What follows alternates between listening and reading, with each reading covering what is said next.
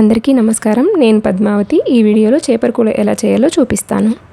ముందుగా చేపలు తెచ్చుకున్న తర్వాత పసుపు ఉప్పు వేసుకొని కొంచెం సేపు ఉంచుకుంటే మంచిగా దానికి పట్టి కడుక్కుంటే నీట్గా ఉంటాయి. చేపలు అనేది వాసన రాదు. అందులోకి కావాల్సిన పదార్థాలు ఇక్కడ చూపిస్తున్నాను చూడండి. నేను ధనియాల పొడిని మిక్సీ పట్టుకున్నాను.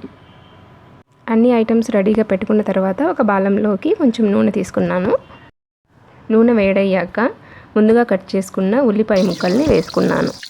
ఉల్లిపాయ ముక్కలు వేగే లోపల నేను ముందుగా కట్ చేసి పెట్టుకున్న కొబ్బరి ముక్కల్ని గ్రైండ్ చేసుకుంటాను. ఇలా మిక్సీలోకి తీసుకొని గ్రైండ్ చేసుకుంటున్నాను. వెల్లుల్లిపాయలు సగం వరకు వేగాయి. మంటని మీడియం ఫ్లేమ్లో పెట్టి నేను ఇవంతా చేస్తున్నాను. ఎక్కువ ఫ్లేమ్లో పెడితే ఉల్లిపాయలు మాడిపోయే ఛాన్స్ ఉంది. కొబ్బరి మెత్తగా అయిన తర్వాత అందులోనే నేను 4 వెల్లుల్లి రెబ్బల్ని వేసుకొని గ్రైండ్ చేసుకున్నాను. ఇప్పుడు 4 కరివేపాకు రెమ్మలు కూడా వేసుకొని ఆనియన్స్ వేగేంత వరకు వేయించుకోవాలి. ఆనియన్ నేను సిమ్లో పెట్టి వేయించుకుంటున్నాను. సో కొంచెం టైం పడుతుంది నాకు. అందులోపల నేను కొన్ని టమోటాలను కూడా కట్ చేసి పెట్టుకున్నాను.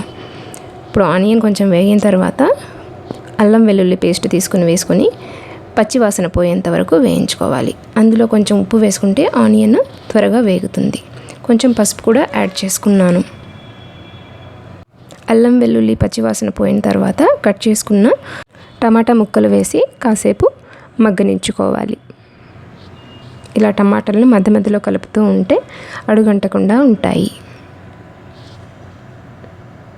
టమాటా మగ్గిన తర్వాత కారం పొడిని యాడ్ చేశాను. కారం పొడి, ధనియాల పొడి కూడా యాడ్ చేశాను. అందులోకి ముందుగా మిక్సీ పట్టుకున్న కొబ్బరి మరియు వెల్లుల్లి పొడిని కూడా వేశాను. నేను ముందుగా నానబెట్టుకున్న చింతపండు రసాన్ని కూడా వేసుకున్నాను. మనం ఆల్రెడీ టమాటాలను వేసుకున్నాం కాబట్టి చింతపండుని కొంచెం మోతాదులో తీసుకోవాలి.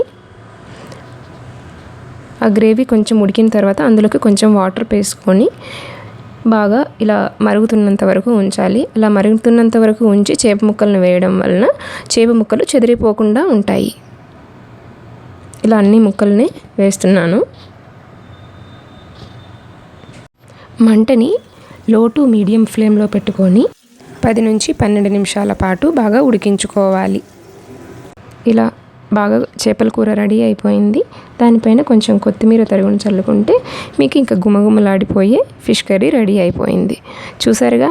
చేపల కూర నచ్చినట్లయితే లైక్ చేసి సబ్స్క్రైబ్ చేసుకోండి.